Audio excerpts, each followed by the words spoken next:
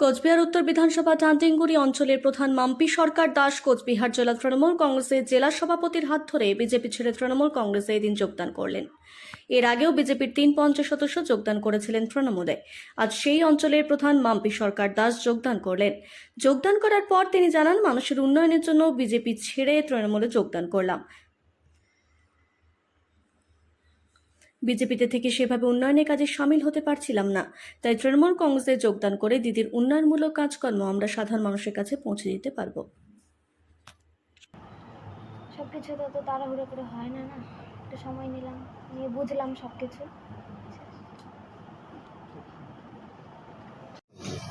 জনগণের উন্নয়নের স্বার্থে তৃণমূলে যোগ দিলাম। বললাম, দুদিন আগে নিশীথ প্রামাণিক আপনার এলাকায় গিয়েছিলেন, আপনার সঙ্গে কথা বলেছেন, আপনি বলেছেন আমি বিজেপিতে আছি, থাকবো। দুদিনের মধ্যে এমন কি হয়ে গেল যে পরিবর্তন করতে না, আমাকে বলেনি বিজেপিতে, বলছে তোমার কোনো অসুবিধা হচ্ছে কিনা। আমি বলেছি না, হয়নি।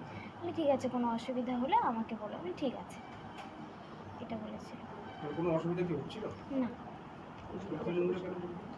বললাম না, জনগণের উন্নয়নের স্বার্থে আমি তৃণমূলে যোগ দিলাম। এতদিন উন্নয়ন করতে পারছিলেন না? হ্যাঁ, পেরেছি, তবে একটু অসুবিধা হচ্ছিল, তার জন্য আর কি। কি ধরনের অসুবিধা হচ্ছে? বলেছিলাম যে ধাংডিংগুড়ি গ্রাম পঞ্চায়েতের প্রধানের ব্যাপারে যে আমাদের সেখানে কিছু আপত্তি ছিল। তো গ্রাম পঞ্চায়েতের প্রধানের ব্যাপারে সমস্ত জনসাধারণ একমত যে প্রধান আমাদের দলে এলে কাজ ভালো হবে এবং গতি আসবে কাজের। কারণ আপনারা জানেন যে এলাকার উন্নয়নের জন্য এটা খুব প্রয়োজন গ্রাম পঞ্চায়েতের প্রধানের ভূমিকাটা।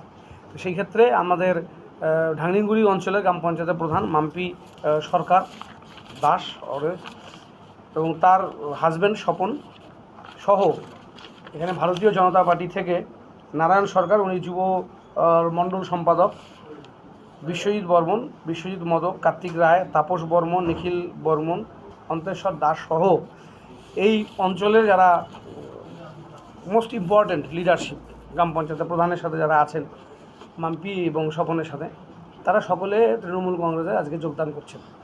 এর ফলে ধাংডিংগুড়ি অঞ্চলে যে বেশ কিছুদিন যাবত একটা কাজের ক্ষেত্রে একটা অচলাবস্থা চলছিল, সেটা আর থাকছে না। খুব সুন্দরভাবে গ্রাম পঞ্চায়েত পরিচালনা করা হবে। মাননীয় মুখ্যমন্ত্রী সমস্ত উন্নয়ন প্রকল্পগুলো, সামাজিক সুরক্ষা প্রকল্পগুলো এই অঞ্চলে বাস্তবায়িত করার ক্ষেত্রে যেদিন গ্রাম পঞ্চায়েতটা আমাদের হাতের বাইরে গিয়েছিল, তারা অনেক কিছু কাজ করতে চাইলেও করতে পারেনি। বিজেপি নেতৃত্ব ইন্টারফারেন্সের জন্য হোক, বিজেপির নিজস্ব চয়েস, তাদের পলিসি সেসব থাকার কারণে এই অঞ্চলগুলোতে মানবিক সহায়তা প্রকল্পগুলোকে সঠিকভাবে পৌঁছে দেওয়া যাচ্ছিল না।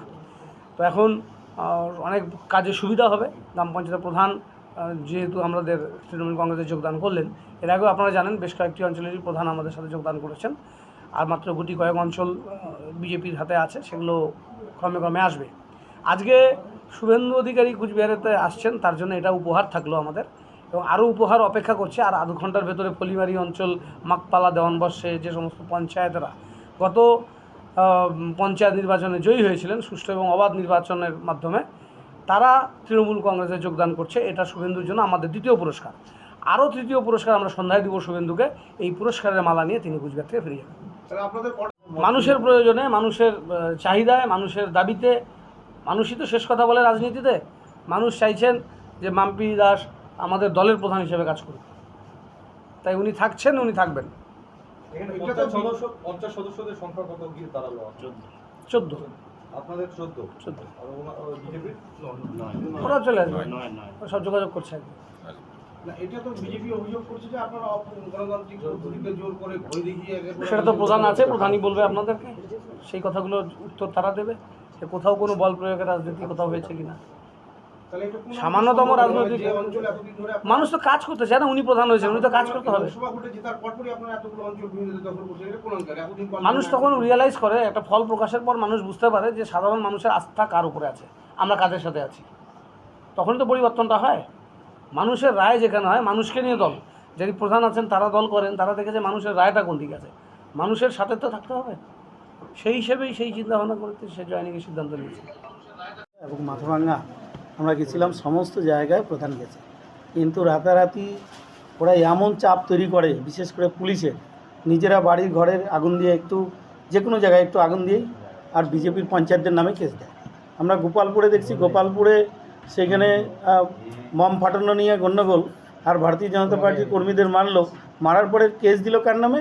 ওই ঢাইনেঙ্গুড়ি পঞ্চায়েত যত আছে তাদের নামে। আর পুলিশ যে পুলিশের জন্যেই আজকে বিজেপির কর্মীরা বাড়িতে থাকতে পারে না, তারা যেতে বাধ্য হচ্ছে। কিন্তু এটা কয়দিন চলবে? জোর জুলুম পুলিশ দিয়ে আর জোর করে যোগদান করানো, আর সেটা বেশি দিন চলবে না। মানে এটা কি মনে হচ্ছে আপনার পুলিশের ভয় দেখিয়ে? হ্যাঁ, একদম পুলিশের সব জায়গায় সব পঞ্চায়েতের নামে কেস দিয়ে তারপরে হলে পুলিশ ধরবে, আমাদের যোগ দাও, না হলে পুলিশ দিয়ে কেস করা হবে। এটাই চলছে সব জায়গায়, শুধু এখানে না, মাথাভাঙ্গায় আমাদের একটু ফুলবাড়ি, আমাদের পার্টি অফিস ভাঙলো, সেখানে মণ্ডল সভাপতি গেল, আর কেসে নাম দিল সমস্ত পঞ্চায়েতের, তারা বাড়ি ছাড়া, আজকে ডেট আছে তাদের জামিনের। এরকম শুধু ফুলবাড়ি না, আমাদের লতাপাতা অঞ্চল, শোলমারি অঞ্চলের সবার পঞ্চায়েতের নামে শুধু কেস। কেন? পঞ্চায়েতটা ওদের দখল করতে হবে, পঞ্চায়েত দখল করলেই সমস্ত সুবিধা ভোগ করতে পারবে। ওদের এইটাই লক্ষ্য যে পঞ্চায়েতের মধ্যেই আমাদের দুর্নীতির সব বাসা, আর সেখানে অর্থ উপার্জনের একটা জায়গা যেন তেন প্রকারে শুধু গ্রাম পঞ্চায়েত দখল করতে হবে। তার জন্য প্রধানকে কোনো সময় কিডন্যাপ করে নিয়ে যাওয়া, জোর করে পতাকা হাতে দেওয়া, এই তো চলছে, দেখছে মানুষ, সাধারণ মানুষ। আর আগামী দিনে তার জবাবটা দিবে। কোনো প্রলোভন বা কিছু দেখানো হচ্ছে? লোভন যাকে যেরকম পারে সেই রকম, কোথায় ও টাকা দেওয়ার কথা বলছে, কোথায় কেস দেওয়ার কথা বলছে, কোথায় ও চাপ দিচ্ছে, কোথায় ও বউ বাচ্চার কিডন্যাপ করবে চাপ দিচ্ছে। এক এক জায়গায় যেখানে যেরকম প্রয়োজন সেরকম করছে। আর ওরা বিশেষ করে এখন দিনে যায় না, রাতে 10টার পরে মদ টদ খেয়ে কিছু লোক পাঠিয়ে দেয়। আর সব জায়গায় রাত্রে পাঠায় 9টা 10টার পরে, দিনের বেলায় না। কালকে এই প্রধান আমার সঙ্গে, প্রধানের স্বামী সারাদিন আমার সঙ্গে ছিল মাথাভাঙ্গায়, রাত করে রাতারাতি একবার চলে গেল। এর মধ্যে কী কারণ? সব রাতারাতি পঞ্চায়েতের প্রধানদের চাপ দেয়, প্রধান পঞ্চায়েতরা বাধ্য হয়ে অনেক সময় রাতারাতি রাত্রে 12টার সময় কালকে 10 জন পঞ্চায়েত আমার বাড়িতে আসে, এখনও আছে তারা। পুলিশের চাপ, আর ওইদিকে তৃণমূলের হারমাত বাহিনী, তারা বাড়িতে গিয়ে তারা বলছে এখনই জয়েনিং না করলে পুলিশদের ধরে দেবো। সঙ্গে পুলিশ যাচ্ছে, অবাক ব্যাপার। একটা সিভিক পুলিশ, সে যে ভোটার কার্ড চাইছে, সে বলছে তৃণমূলে কবে যোগ দিবি। সিভিক পুলিশ, কালকে আমরা বললাম, ওসিকে আমি বলছি যে এই যে দেখেন কত অভিযোগ, সমস্ত গ্রামের লোক এক জায়গায় হয়েছে, সিভিক পুলিশ বাড়িতে বাড়িতে যাচ্ছে, পঞ্চায়েত প্রধান নেতাদের বাড়িতে যা বলছে কবে তৃণমূলে যোগ দেবে। প্রশান্ত বর্মন, সিভিক, ফুলবাড়ি, ওকে ধরছিল সমস্ত পাবলিকরা ঘেরাও করে। এই অবস্থা। পুলিশের ভূমিকা নিয়ে রাজ্য নেতৃত্বের কাছে আমরা সব জায়গায় অভিযোগ জানাবো, কিন্তু কি হবে? প্রশাসনে তো পুলিশই আছে, আর তৃণমূলের নেতা তো পুলিশই এখন। কুচবিহারের এসপি আর ওইখানে জেলা সভাপতির মতো কাজ করছে, ব্লকের সভাপতি তো এখন ওসি, আইসিরা, তৃণমূলের নেতারা আছে ফিল্ডে, সব তো পুলিশই করছে। পুলিশ যদি না থাকতো, তৃণমূলের ক্ষমতা ছিল না এত সন্ত্রাস করে। আপনাদের পরবর্তী পদক্ষেপ কী হবে? আমরা চলছে, মানুষের সঙ্গে আমরা আছি, মানুষের সঙ্গে যাচ্ছি, আমরা বাড়িতে বাড়িতে সংগঠিত করার চেষ্টা করছি, সংগঠিত করার পরে তারপরে লড়াই হবে।